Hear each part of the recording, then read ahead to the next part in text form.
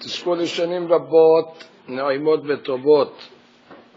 Welcome to a special edition of our Thursday night class.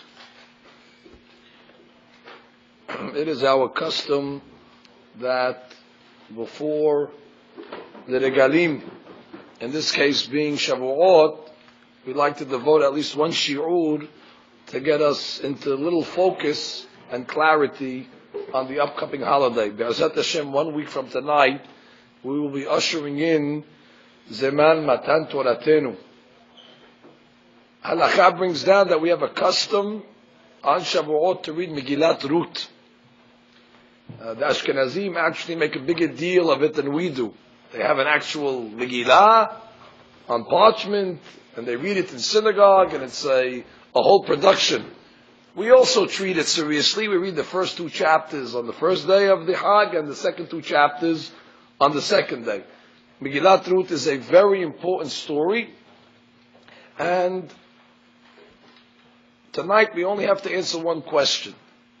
Why do we read Megillat Ruth on Shavuot? Now this is not a new question. This question has been asked by practically every commentator that has written a Perush on Megillat Ruth. Why, and what is the connection between Ruth and Shavuot? A simple answer, which means we're going to go from basic to more intriguing.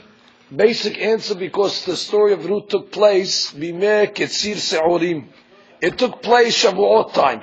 Ruth went to the field of Boaz at the time that they were harvesting the se'orim, the barley. Shavuot is also the time of the harvesting, and therefore it's a timely story. Okay, that's of course a very elementary answer, because it happened in the spring, so we read a story that happened in the spring. A little more exciting, on Shavuot we received the Torah. Before we received the Torah, we were only bound by 7 mitzvot. The 7 mitzvot b'nei Noach.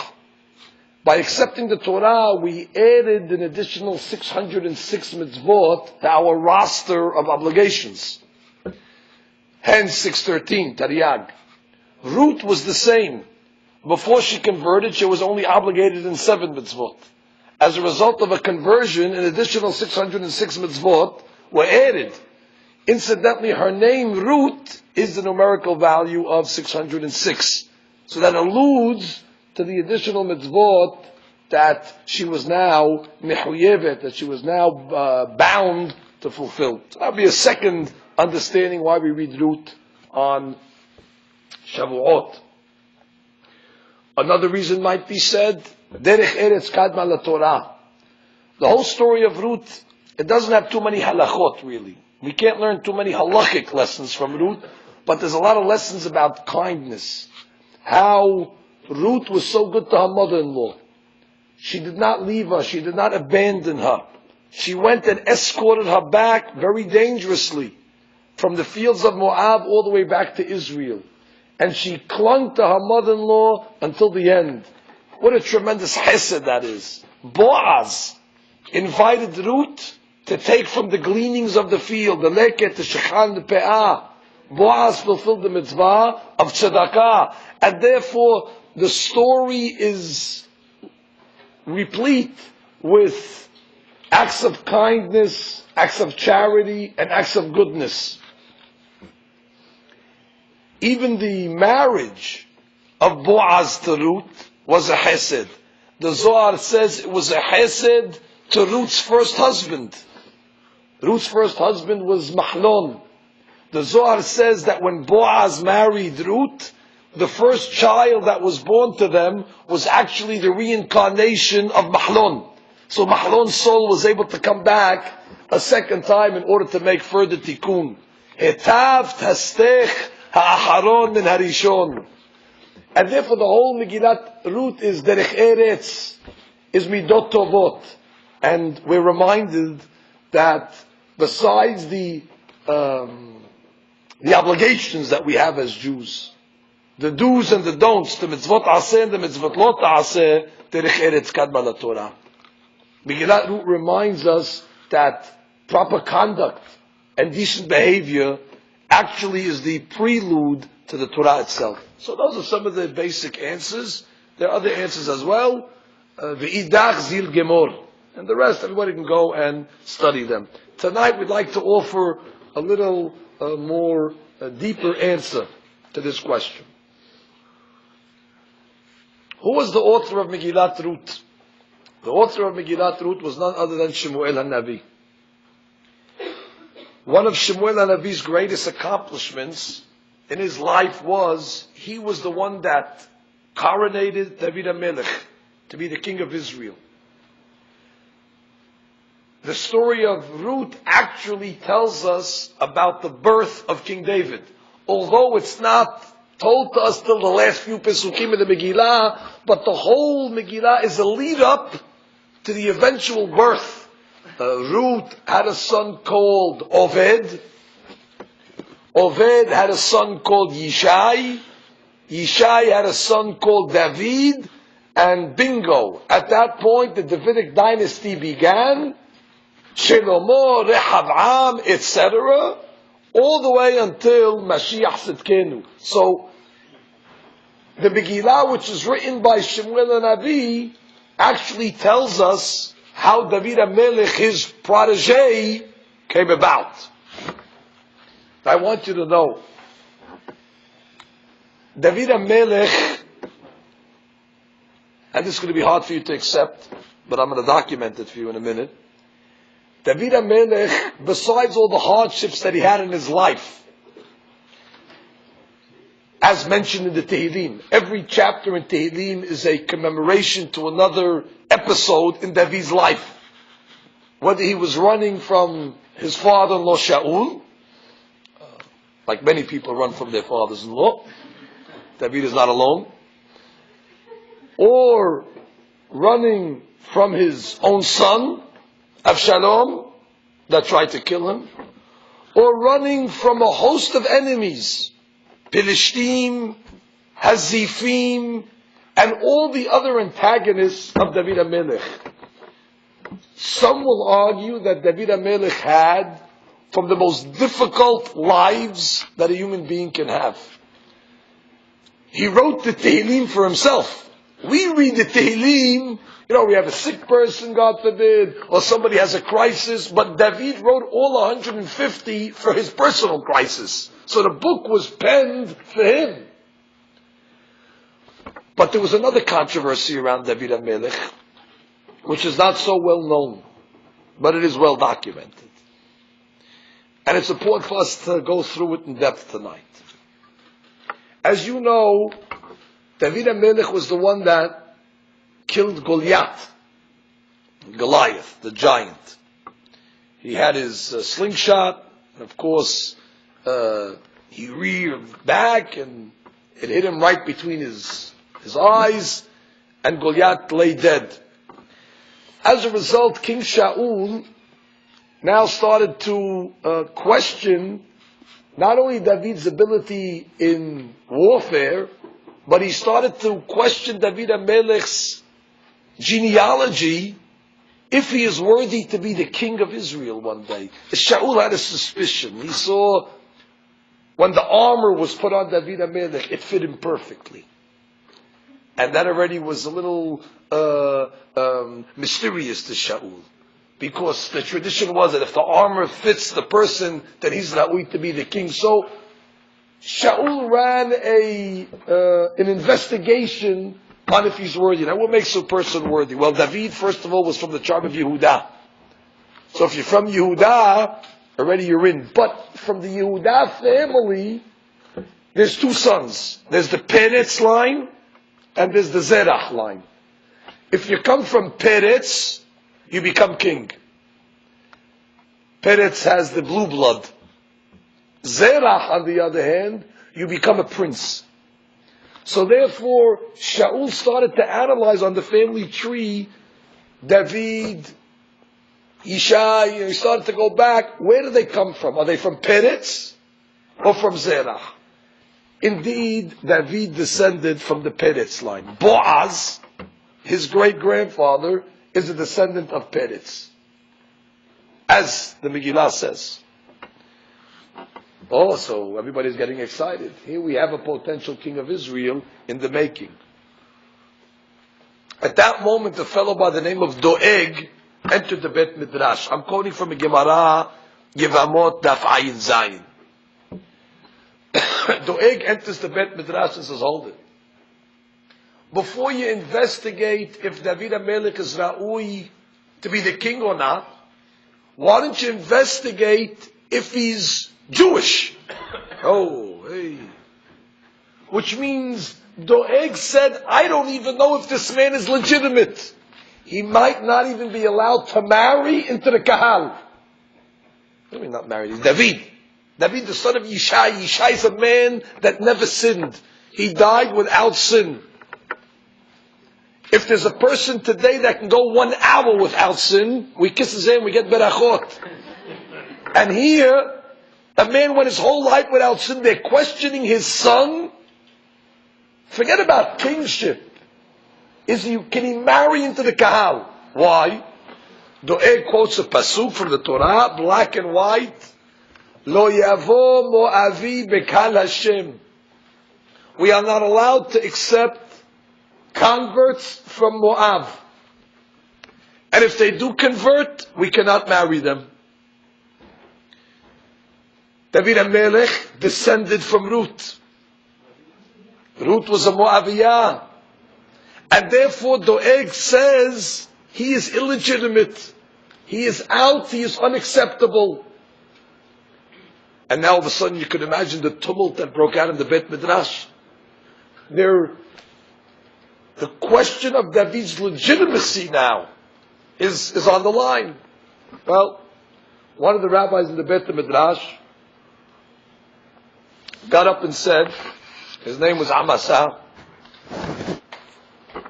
Actually, I'm taking back Avner. He got up and said, no. We don't have a problem. Doeg, relax. By the way, Doeg was a giant of a rabbi. Doeg was Shaul HaMelech's rabbi. Doeg Adomi was a very, very wild genius. The Gemara says about him, he was able to give 300 reasons why the neck of the letter Lamed is tall. Can someone give me half a reason why the neck of the Lamed is tall? And I'll give you 100 years to get back to me. He gave 300 reasons why the neck of the Lamed is tall. Now, Avner came along and said, no, Doeg, we have no problem. When it says we cannot accept Moavi, it means the men. The men are unacceptable, but the ladies are acceptable. Moavi, velo Moaviyah. So Doeg shoots right back and says, oh yeah, you want to play games now? We'll play games. According to you, when the Torah says that a mamzer cannot come into the kahal, we're not allowed to marry a mamzer. The Torah says, lo yavo mamzer. You're going to start playing games, mamzer velo mamzeret? The Torah says we're not allowed to accept a Misri, an Egyptian, to come into the kahal. That's an Egyptian convert. We have to wait 3 generations before we can accept them. So you're going to tell me Misri velo Misrit? That's a good question. So they started to scratch. They said, the guy's asking a good question. How do you answer him? So one of the rabbis came back. They said, no, it's not a problem. It's not a problem. I can answer you. Oh, Bechavot. How do you want to answer? Say like this. There's a reason why specifically the men are forbidden and the ladies not. A reason that it's specifically by Moavi and not Moaviyah. Why? The Moavi people were a very, very cruel nation. They were wicked. When we were leaving Mitzrayim and we were in the Midbar, we passed by their territory and we offered to pay for some fresh water.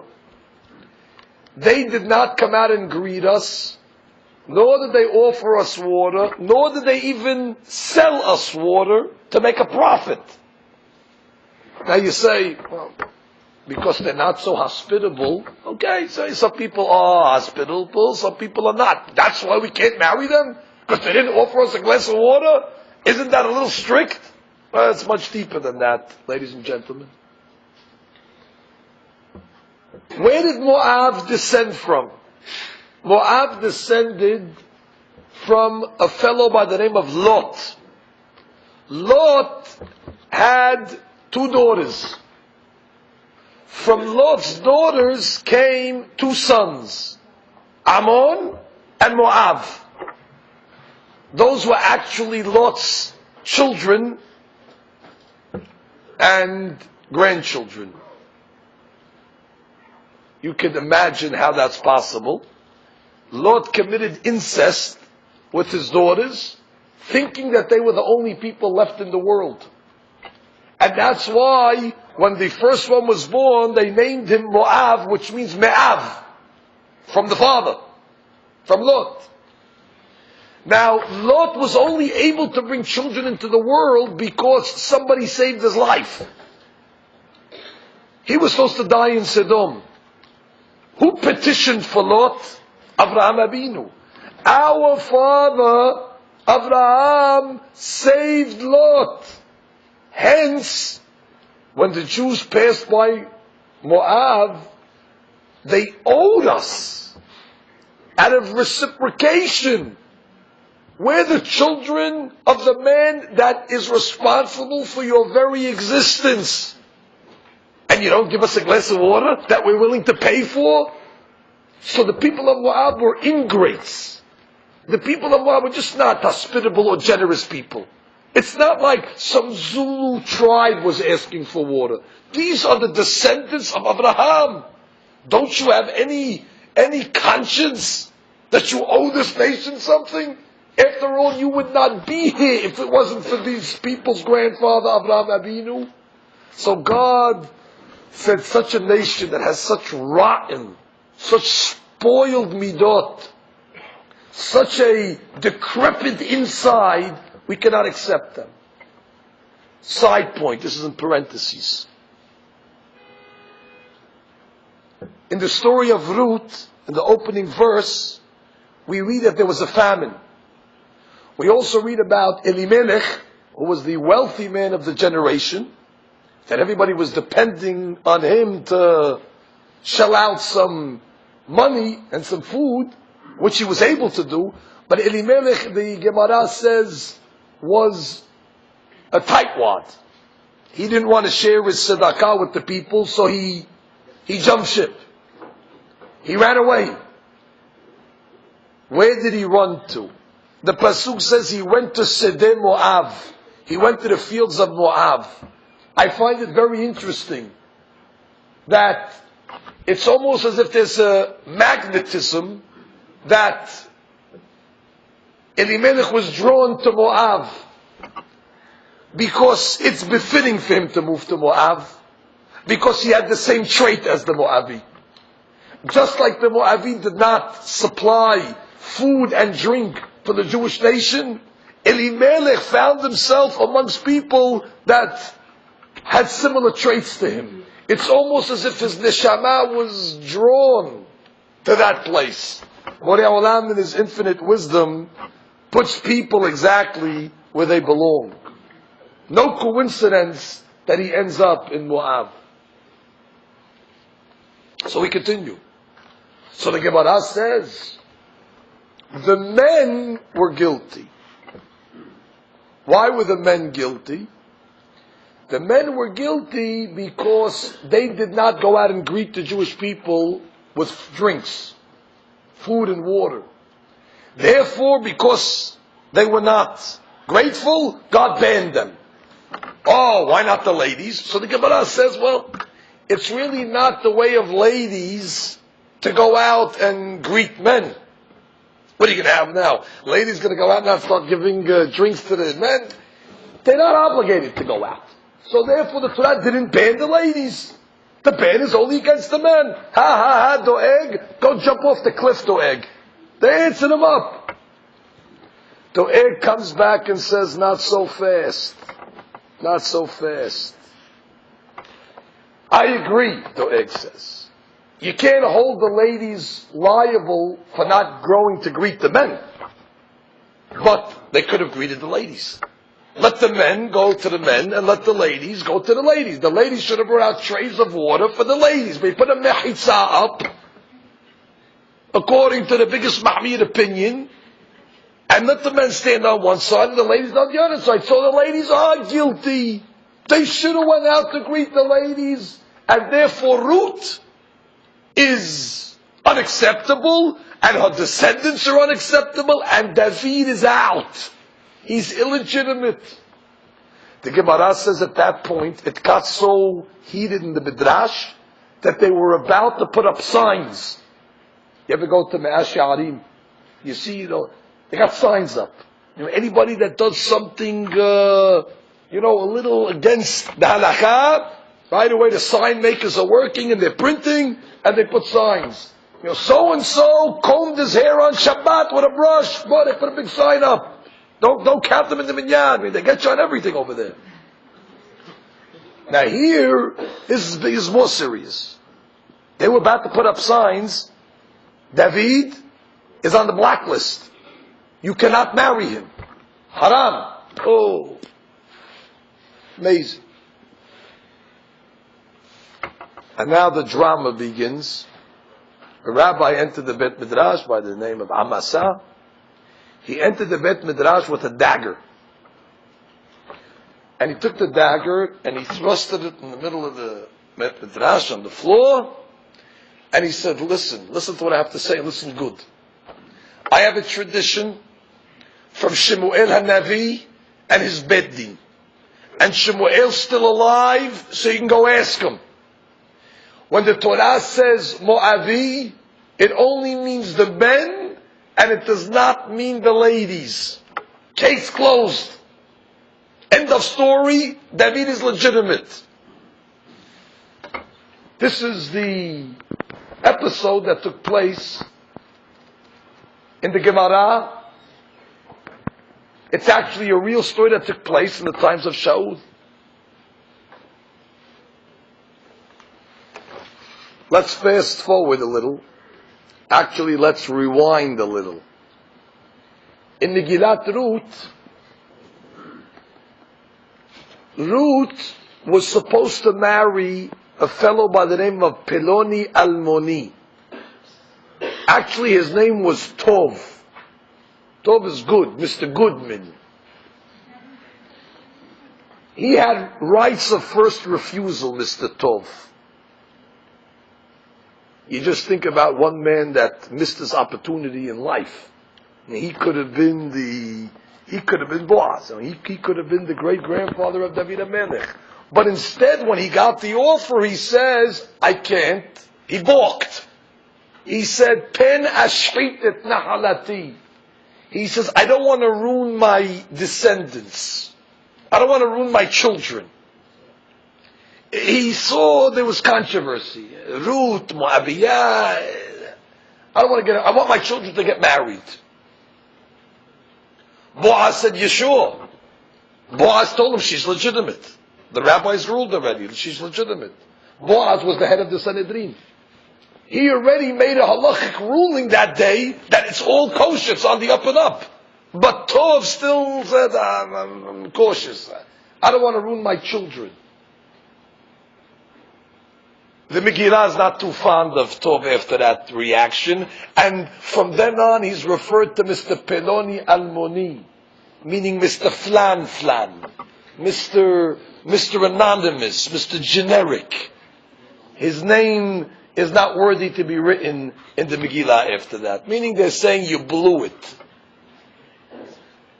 Now watch.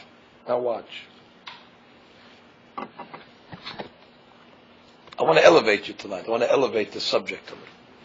So please bear with me. There's a lot of things that need to be reconciled here. Number one, why was Tov only worried about his children? Why wasn't he worried about himself? If Ruth is illegal, it's illegal for himself. But he said, I'm not worried about myself, but my kids. What do you mean? If she's haram for you as well. Why was he only worried about his kids? Furthermore, Boaz is telling you, we just ruled that she's okay. But you're second guessing the Gadol Hador? You're second guessing the chief rabbi? Furthermore, fast forward to the time of Doeg. Doeg comes into the Beit Midrash. Oh, the woman, the man, they're all forbidden. Hey, Doeg, didn't you read Megillat Ruth? Boaz already made a halakha. You're arguing on Boaz? Boaz already said it's permissible. Doeg, with all your hadushim and all your pinpulim, already there's a precedent. So what was Doeg talking about? It's a big problem. I must share with you a very important yesod that was said from the Brisker Rav. Very vital to navigate through this whole debacle. He says like this. You could put this in your book of rules. There's two types of halachot in the Torah. There's one halakha that's derived from analyzing the text and deriving it from the different ways we study Torah. The way I would explain it to you, from the thumbs. Where the rabbis sit with the thumbs, this way, and they go that way, and whoever has the bigger thumb wins. You go like this. With the analyzing, the pilpul. But there's another way to establish halakha, that's tradition. Halakha Moshe Sinai. This is what Moshe Rabbeinu said at Sinai, finished. What's the difference between laws that are derived from the thumb or from Moshe at Sinai? The difference is, if it's through analyzing the text, through the brain, through rational understanding, it could be overturned in a different generation. Which means, get another generation with different rabbis, and they can review the same facts, and they'll come out and say, you went this way with the thumb, I go that way with the thumb. So they could undo it. Whereas halakha Moshe Sinai, a law from Moses at Sinai, finished. It's stamped, sealed, done, case closed, verdict in. You cannot change it. Now watch, says the Brisker Rav. When Boaz came to Tov and told him, you could marry, we just decided in the Beit Din that it's okay. Tov said, they just decided. That means they analyzed it rationally. Good. In this generation, Ruth is okay. But who knows if in a future generation, some other rabbis will come along, like I said, with bigger thumbs, and they're going to start, they'll go like this again, and they'll overturn it. And now what's going to happen? Now my children are going to be illegitimate. So he wasn't worried about himself. He was worried about the appeal play. He was worried about there might be an inquiry. And on the inquiry, he won't lose, but his children are going to get the short end of the deal. So he said, Doeg also felt like that. Doeg said, this is rational understanding over here. We're analyzing. What's the difference between the Moabi and the Mamzer? Just like the Mamzeret is Asur, just like the Misriya is Asur, so too the Moabiyah is Asur. He was, giving it rational thinking. Until Amasa came into the Beit Midrash. When Amasa came into the Beit Midrash, he took the sword and said, this is nothing to do with analyzing it, with using mental gymnastic. This is a tradition that I have from Shemuel and Navi from Sinai. This is irrefutable. It's the halakha. It can never be overturned. It can never be overruled. It is what it is. And therefore, it stood. Doeg was trumped by halakha Moshe Sinai, by the law of Sinai. That was the give and take in the Bet Midrash. Now watch. Based on this, we can answer our original question. That's why Megillat Ruth is read on Shavuot. David HaMelech was born on Shavuot, and he also died on Shavuot. It is his yortzeit. That's why some have the custom to read Tehillim on Shavuot, because it's appropriate. Shemuel and Navi decided to write a book that proves to us very clearly the legitimacy of David HaMelech. Because there was a lot of questions, as you see, even after the book was written, or actually before the book was written, you see in the Bet Midrash, they had a whole tumult. Is he legit? Is he not legit? Is he kosher? So Shemuel wanted to put this controversy to rest. So he wrote a book called Megillat Ruth, giving us the whole story, giving us the background, giving us Boaz, giving us Tov, Peloni Almoni, and showing us that what David is legitimate. As a matter of fact, there's a rabbi called Rav Shlomo Elkabetz, the author of the Lechadodi, who also wrote a Perush on Megillat Ruth, and he named the Perush on Megillat Ruth Geza Yishai. The roots of Yishai. That's the name of his Perush, which means the purpose of Megillat Ruth is to give us the origin of where David HaMelech comes from, and that he's kasher. So nobody should have any she'elot anymore. And Shemuel has an interest. After all, he was the one that promoted David. He was the one that coronated David. So he has to make sure that everybody knows that what he did was legitimate, that there's no she'elot. But we go a little further. Oh, amazing. Amazing.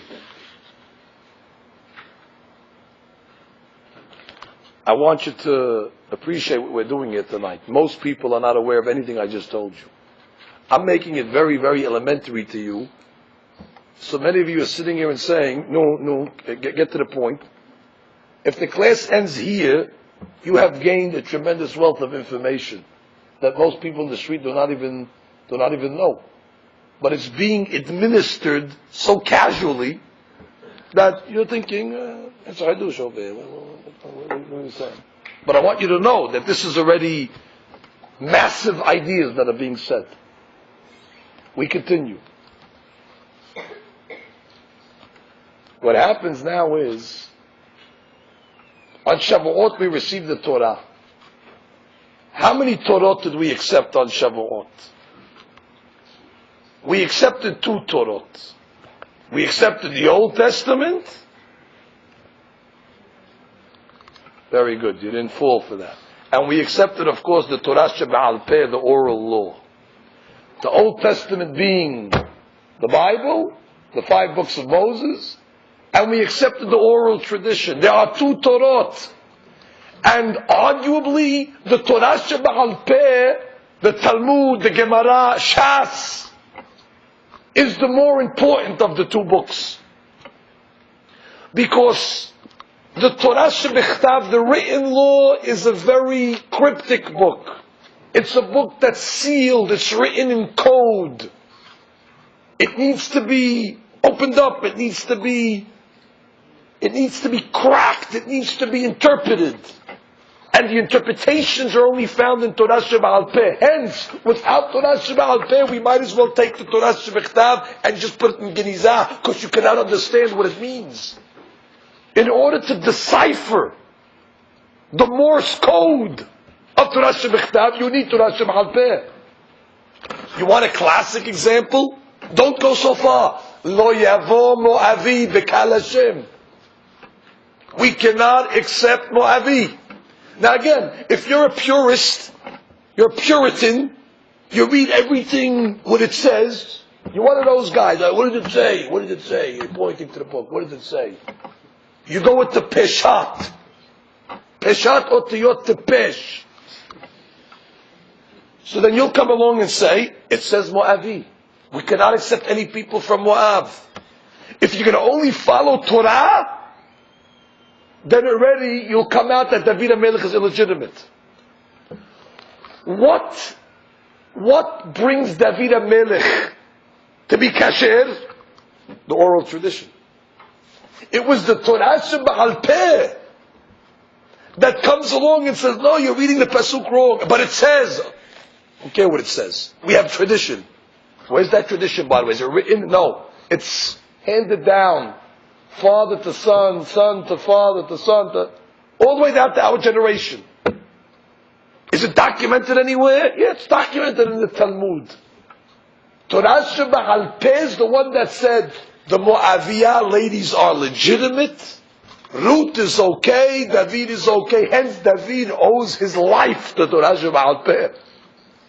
By the way, if Mashiach comes, and he'll come, Bezat Hashem,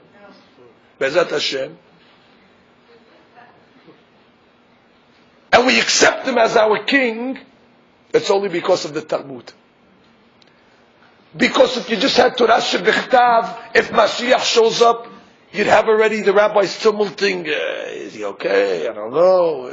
Can we go to his class? Can't we go to his class? Do we hold of him? Don't we hold of him? You'll probably still have guys that will do that even with the Torah Sheba'al Peh. But the Torah Sheba'al Peh is what solidifies Malchut Bet David. You following? Hence, on Shavuot, there is no better book to read. Because besides the Ten Commandments and besides all the other things, we remind ourselves how vital Torah Sheba'al Peh is. Don't think that we're only celebrating we got the Ten Commandments.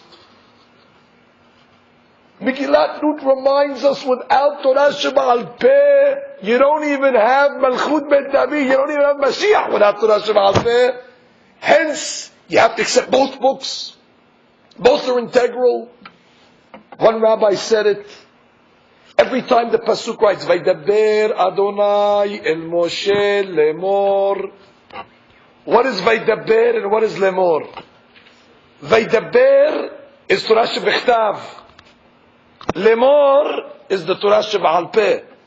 God gave him the law, Vaydaber, and then he lemored it. He elaborated on it. That's the part that's not written in the Torah. Every Vaydaber is followed by a lemor. Where's that lemor? Where? Can I open up a book? Yes, it's in the Talmud. You want the lemor? The lemor is in the book. Go to the book. It's all in there. And with this, the Gaon de Vilna explains Pesukim in Tehillim Kuf Yud Tet. That David HaMelech himself said. David HaMelech says, Sarim redafuni hinam. David HaMelech says, I was chased by Sarim, I was chased by princes, noblemen, they chased me for no reason. Who were these princes that were chasing David? Doeg. These guys in the Bet Midrash, Doeg and all his cohorts, they were chasing me, they were trying to throw me out of the Kahal. And then David HaMelech says, Umiddebarecha pahad libi. I was scared of your word, because when I opened the Torah, it said, Lo yavo moavi. God, your word scared me.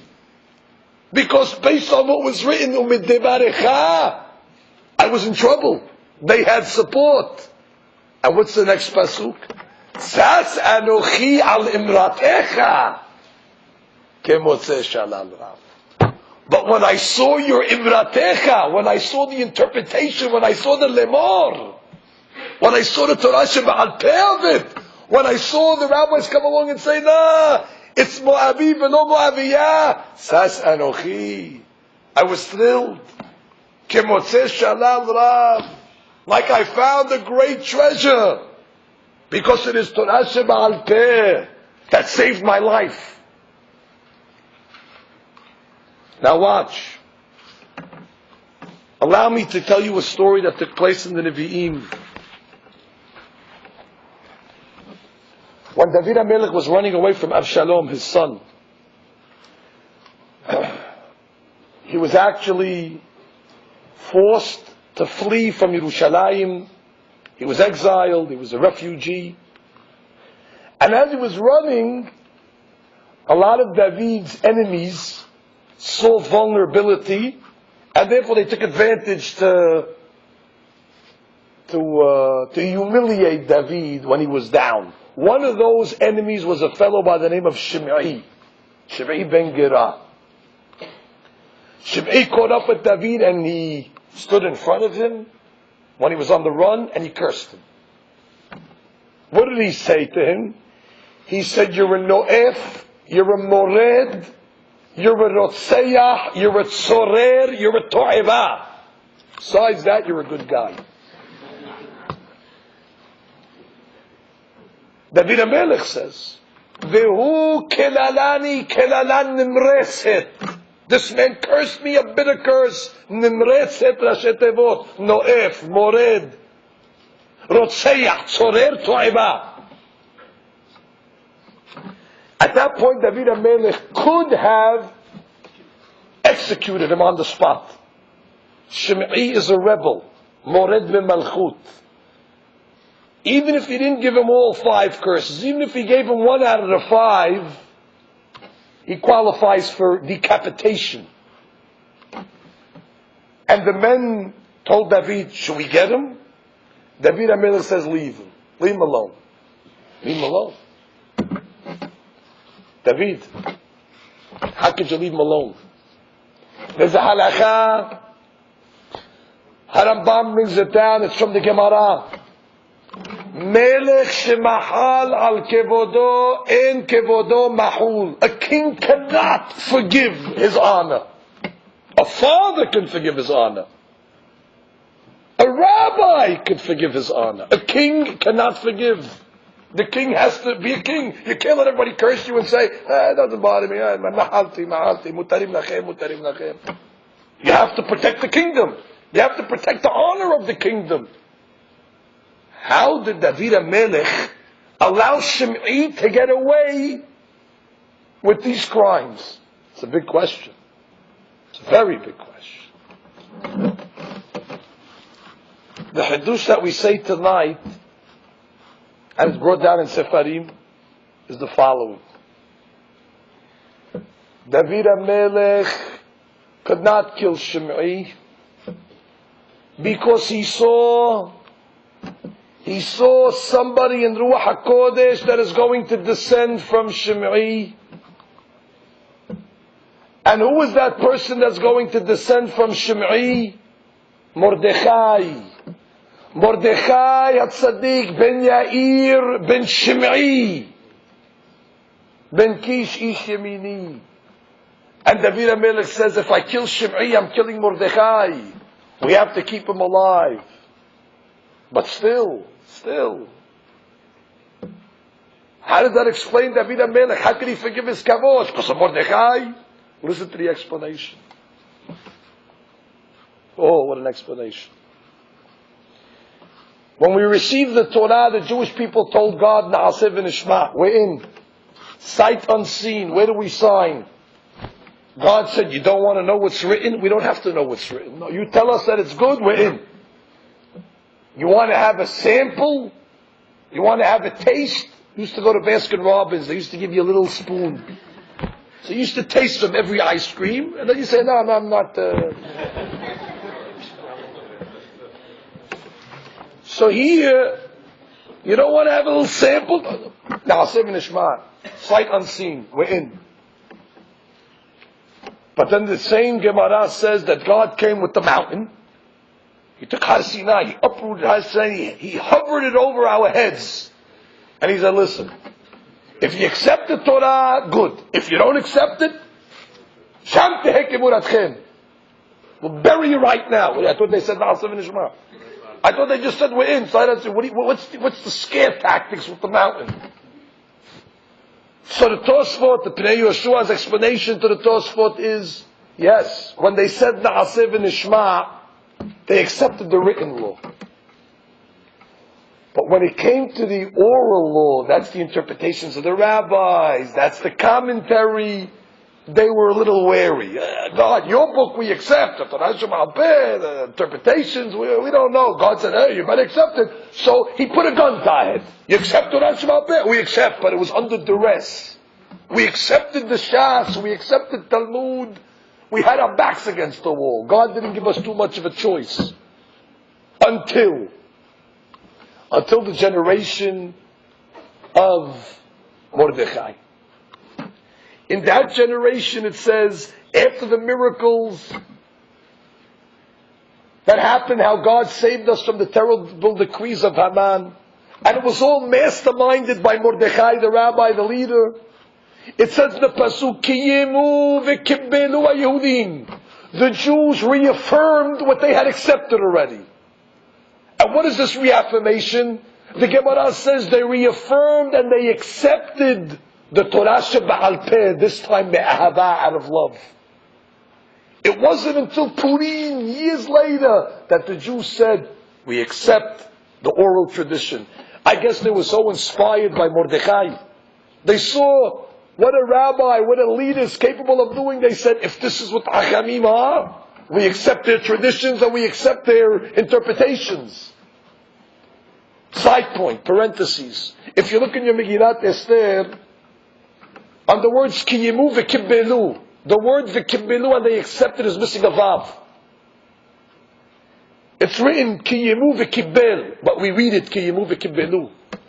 Why is that letter missing? You know what the vav stands for? Vav stands for the 6 orders of the Mishnah. Shisha Sidrei Mishnah, which is the compilation of the Torah She'Ba'al Peh.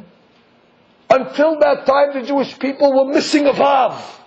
They did not accept it wholeheartedly until Kiyimu v'kibbelu. They accepted the vav, they accepted Torah She'Ba'al Peh.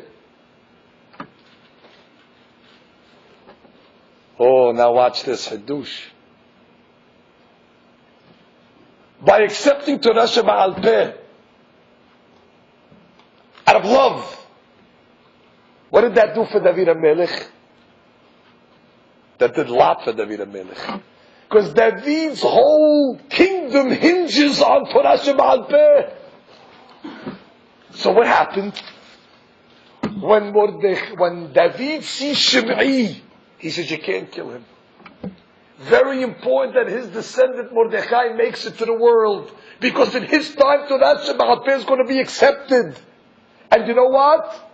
That's the kavod of me. That's to my kavod. Which means, we ask the question, what do you mean? Melech shemahal al kevodo en kevodo. How can he forgive his kavod? On the contrary, David HaMelech is saying, it is my kavod. Because if Mordechai lives, Torah She'Ba'al Peh now is held in high esteem. Including the Drasha of Moavi velo Moaviyah. And therefore it is in my interest, I'm the biggest beneficiary of that reaffirmment and reacceptance of Torah She'Ba'al Peh. Hence he said, it's to my honor that he stays alive. And this is documented in the Pesukim. The Pesukim say like this. They told David, Vayomer David, David says to his advisors, Mali v'lachem benet Siruya, ki tiyu li hayom lesatan. Children of Siruya, why today you want to be a stumbling block? Hayom yumat ish Israel. Do you want me to kill a Jewish man today? Do you want me to kill Shimei? He was arguing with them. Hello, yadati ki hayom ani melech al Israel. Don't you know I'm the king of Israel? What was David saying? They were telling him, because you're the king of Israel, you have to kill Shimei. And what does David answer? Hey, I'm the king of Israel. They should say back to him, Hazaka Baruch, exactly. You know what the explanation is? David HaMelech was saying, you want me to kill Shimei? Don't you know I'm the king of Israel because of Torah She'Ba'al Peh? How can I kill Shimei? Because of the oral tradition that's going to be accepted in the time of Mordechai. I'm the biggest one to gain, me and all my descendants. Don't you know my kingdom is hinged on Torah She'Ba'al Peh? And already, if what we're saying is true here tonight, we can ask another question. When you had enough, just let me know. Raise your hand and I'll stop.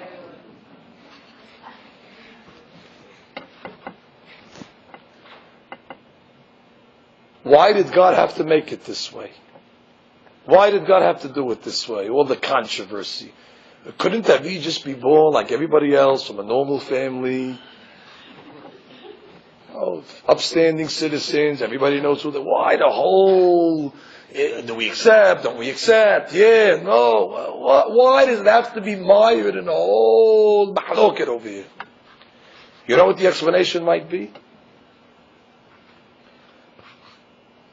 What was the job of the kings of Israel? King David, King Solomon, etc., Mashiach. Their job as kings was to rule Bnei Israel and governed them according to the laws of the Torah. A king in Judaism was a religious figure. It wasn't merely a title. It wasn't ceremonial. It wasn't like the king or the queen of England, which just is it's a position of stature. It's symbolism. No, the Jewish king was the chief rabbi of Israel. The Gemara Berachot tells us how David HaMelech would field questions all day long. Ladies would come to him with questions in Hilchot Nidah. He's looking at the questions, is it dam, is it not dam? The king of Israel was a rabbi that guided Am Yisrael with Torah.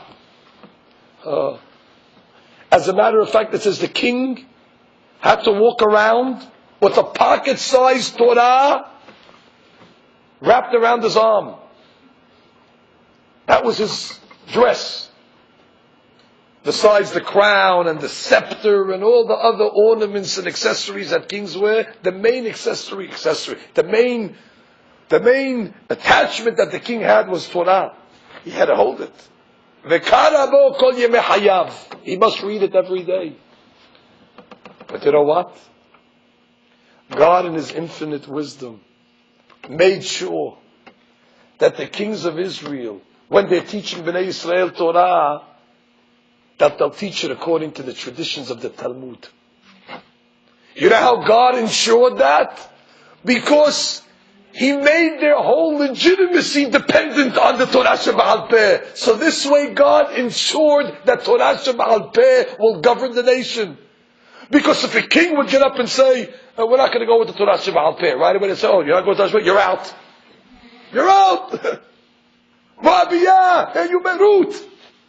They would oust him. So hence, God does it in this way to guarantee that Am Yisrael is bound to the interpretations of Hazal. What a plan. It's an insurance policy. Now, if what we're saying tonight here is true, we can go a step further.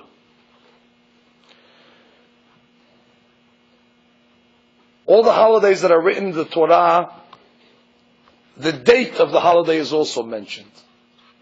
For example, Pesach, it tells us is the 15th of Nisan. Sukkot is the 15th of Tishri. However, when it comes to the holiday of Shavuot, the Torah does not tell us the date. It gives us a whole calculation. It says, Usfartem nachem machorat Shabbat. You should start to count from the day after Shabbat, count 49 days, and on the 50th day it's Shavuot. It would have been much easier just to tell us Shavuot is Vav Sivan. But instead, I gave a whole story over here. From the second day after Shabbat, count 49 days. Came the rabbis and said, you know what it means the second day of Shabbat? When it says Shabbat in that pasuk, it doesn't mean Shabbat. But it says Shabbat. Yeah, no, but we have a tradition. Shabbat in that context means Yom Tov. It means on the second day of Pesach, Mimachorat Shabbat, the day after Yom Tov, the second day of Pesach, count 49 days and you get to Shavuot. Came the Tzedukim, those are the guys that don't believe in the traditions of the Gemara. Those are the Tzedukim, the Baitosim, the Karaim. It's all different names for the same people, for the same Rishaim. They just call different names in different generations, but they're the common denominator. They don't believe in Hazal. They came along and said, no, say Shabbat. Shabbat is Shabbat. So they would always count the 49 days, starting the Shabbat after Pesach. The first Shabbat after Pesach, they started counting the Omer, so Shavuot came according to them a totally different day. They were celebrating Shavuot a week later. When already we were going on summer vacation, they were eating calzones. They were celebrating Shavuot, these guys. They had the cheesecake, exactly. So now, that's why the Torah specifically on this holiday doesn't tell us the date. Why? Because the whole holiday is celebrated only based on Torah Sheba'al Peh. We wouldn't even know the date if it wasn't for the Gemara. And that's significant, because Shavuot is Matan Torah. It's showing you, go pick the day. You tell me what to celebrate Shavuot. Oh, look at the Torah. What does it say? It doesn't say. It's confusing what it says. You have to open up Gemariyot, you have to analyze and read it, and only once you open up the Talmud, then you even know what to celebrate. Hence, again, you see the importance, how vital, how integral is Torah Sheba'al Peh, is the Talmud. Now, if we can go a step further in this process, based on what we're saying here now, we have one more question to answer, just to be honest with ourselves. Doeg, back to Doeg, he asked a good question, and we brushed it off, but he asked a good question. Doeg said, how come the ladies didn't go out to greet the ladies? We bought swords, we put in the midrash, it's a tradition, Shemuel, jump in the lake to eggs. Okay, he jumped in the lake, he died, everything. But bottom line, he asked a good question. I'm not questioning the law. I just want to know, why didn't the ladies of Moab go out to greet the ladies of the Jewish people? So the Gemara asks this question. At the end of the whole story, the Gemara says, P.S. Mikol makom kashya. After all this is said, but there's a kasha over here. What happened with Doeg's question? So the Gemara answers, it's not a question. It's not the way of the ladies to go out at all. Not to greet men, and not to greet ladies. Ladies have a more private role, a more tsanua role. They really belong more inside.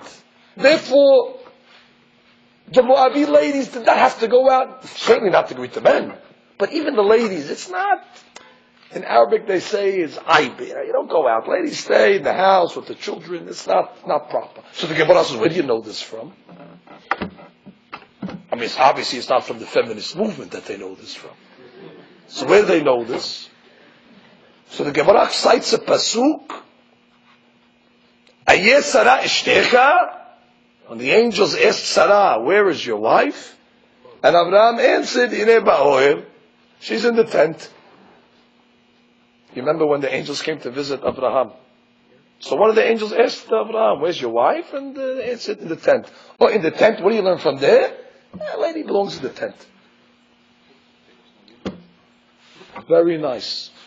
Oh, you'll see that your question that you just asked under your breath will be answered as well. Watch.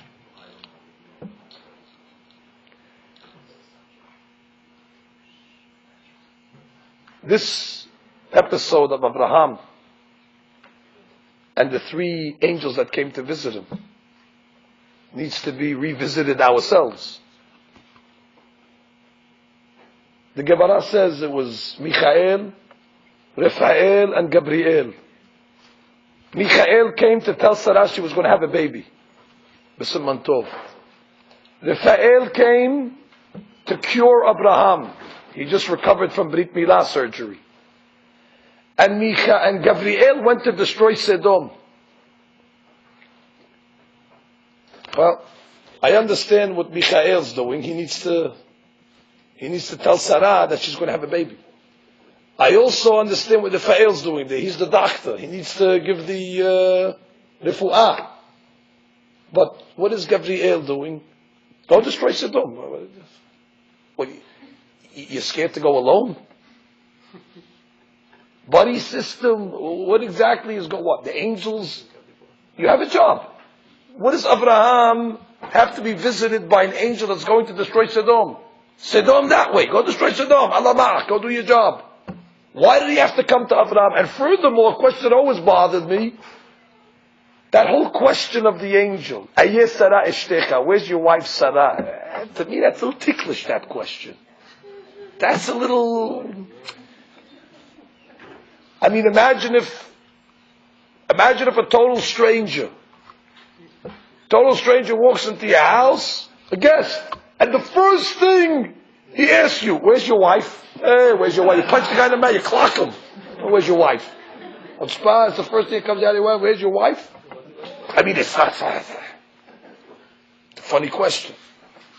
And Abraham answers. Abraham is not offended. Oh, my wife? So the interpretation that the Hidushei Harim says on this episode, which is germane to what we're saying here tonight, is like this. Whoa, amazing. The angel that went to destroy Sodom had a question. His question was, Lot lives in Sodom. Do I kill Lot also, or do I save Lot? That's a good question. Well, what is it dependent on? Well, Lot is going to bring Moab into the world, and Moab is going to bring Ruth into the world. Now, if Ruth is legitimate, beautiful. That means David is legitimate, and Mashiach is legitimate, I'll save Lot. But if anyway Moab is not accepted, and Ruth is not accepted, and David is not accepted, so I might as well kill Lot. What is that dependent on? It really depends on if the women of Moab are going to be held accountable for not going out to greet the woman. And what is that dependent on? If ladies are supposed to be modest and stay in the house, so therefore the ladies of Moab are innocent. Ruth is legitimate, David is legitimate, we save Lot. So very inconspicuously, the angel asks Abraham, Ayesara ishtecha? That was a loaded question. That wasn't a social question. That wasn't, where's your wife? What he was really asking is, what's the nature of a lady? Where is she supposed to be? What I'm really asking is, Abraham, I need a halachic ruling over here. You're the Gadol Hador. I need a psak. Where are the ladies supposed to be? Meaning, are the Moabi ladies going to be held accountable for not going out to greet the Jewish woman? What he was really asking is, should I save Lot? Abraham, who understood the question, obviously, if we understand the question, of course Abraham understood the question. Abraham took the gavel and was posek. What he was really saying is, go save Lot. Ruth is legitimate. David HaMelech is kasher. Matzati et David avdi b'Sdom, the pasuk says. I found David, my servant, in Sdom. Based on the ruling of Abraham. But wait. It goes a little further than that. It goes a little further than that. The Gemara in Pesachim, Kof Yud Tet, tells us a story that's going to take place at the end of time. When Mashiach comes, there's going to be a party. Okay? Another party. But this time all the tzaddikim are going to come to the party. And they're going to eat, and they're going to sing, and there's going to be Divrei Torah. And then they're going to come to make Birkat HaMazon. So they're going to have the course, they're going to fill the cup with wine, and they're going to go to Avraham Avinu, Bechavod Abraham, Zimun. Abraham's going to say, no, thank you very much, but I'm not worthy to make the Zimun. Why? Avraham Avinu, the father of the religion. Yeah, but I had a son, Ishmael.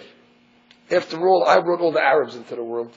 So I have a little, I'm tainted. Give it to somebody else. They go to Yitzhak Avinu, Bechavod Yitzhak, Birkat HaMazon.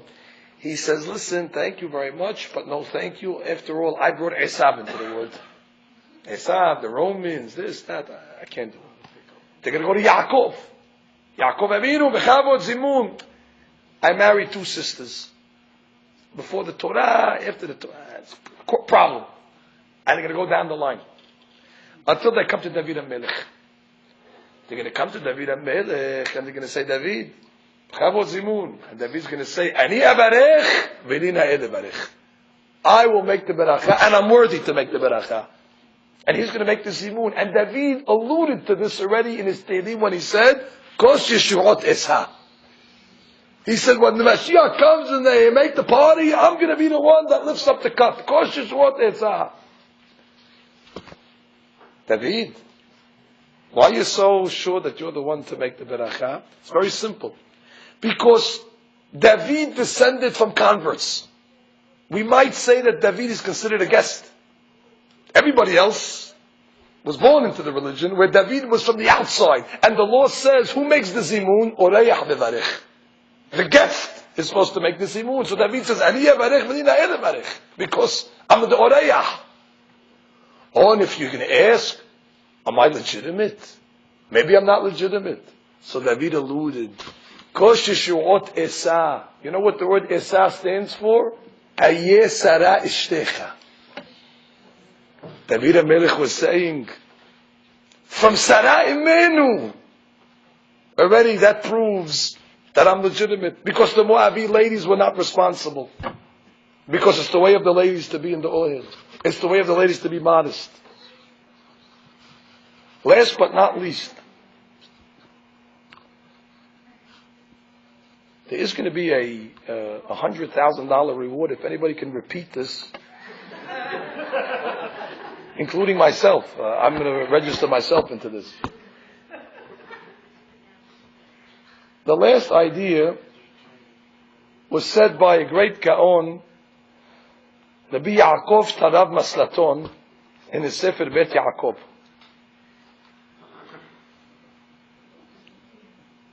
I don't know if you noticed, but every pasuk in Megillat Ruth starts with the letter Vav.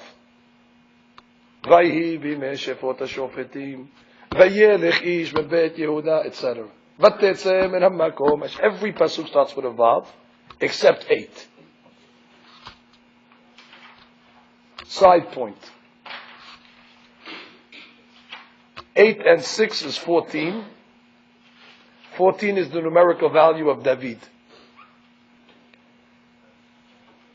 That didn't excite me either, by the way. I had the same reaction as you did. But it's brought down in the Sefarim.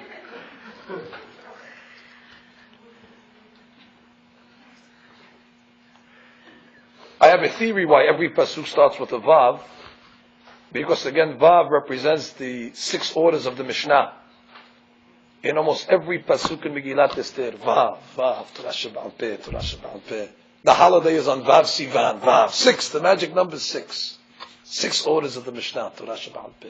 But what about the 8? What about the 8 that are not with the Vav? If you take the letters of those 8 Pesukim that do not start with Vav, there's a Bet, one Pasuk starts with a He, one Pasuk starts with an Aleph, one starts with a Yud, one starts with an Ayin, one with a Lamed. But if you unscramble those 8 letters, you'll come up with 2 words, and those 2 words are Yish'i Ba'ohel. My salvation comes from the tent. Now we understand what Shemuel HaNavi, he put an encrypted message. This was like a hidden code he put in the Megillat Ruth to tell us, my salvation comes from the tent. Meaning David's legitimacy is where? From the Ohel. Who's Ohel? The Ohel of Sarai Menu. And that's why we read Megillat Ruth, to answer our original question. Number 1, to show the legitimacy of David HaMelech on his yortzeit, written by the one that coronated him, specifically read on the day of Shavuot, where we pronounce that it is the Talmud, it is the traditions of Hazal, it is the Gemara, it is the study of Shas that actually brings Mashiach. And this is a very good time on the holiday of Shavuot for us to recommit ourselves to the study of the Talmud. Of course, it's nice to come to Bible class. It's nice to come to hear words of inspiration. But on Shavuot, it's considered Yom Hadin. It's a day of judgment. And what are we being judged on? We're being judged on our learning. We're being judged on our commitment to study. Shavuot is a very critical time to make New Year's resolutions, but resolutions that are Torah-oriented. Resolutions to learn more, but not just to learn more of the Talmud, to join a shiur in Gemara, and then our Torah shebichtav has understanding. On Shavuot, it's not enough to accept the Vaydaber Hashem el Moshe, but we must accept the Lemor. We must accept the interpretation, and it is the holiday of Shavuot that we see how integral it is and how important it is. And then Be'ezrat Hashem, once we accept upon ourselves the study of the Talmud on a daily basis, then when Mashiach comes, then already we can proclaim and we can welcome him, because Mashiach is going to have a certain closeness to those that study the Talmud, because his legitimacy is hinged on the Talmud. And therefore, if we want to be able to greet the Mashiach and we want to have a closeness, we must study the Gemara. And Be'ezrat Hashem, we will merit to accept upon ourselves these resolutions. And in that Zechut, Mashiach will redeem us. The descendant of David, in the Zechut of reading about his life and story, will appear. Uba l'Sion Goel. Amen ve'amen. Rabbi Hananya בר גשי אומר, ישראל ברכו זכות ישראל, בפיך תבנו זוהמה, וחפש למען צדקו. יריב תודה ויאדיר.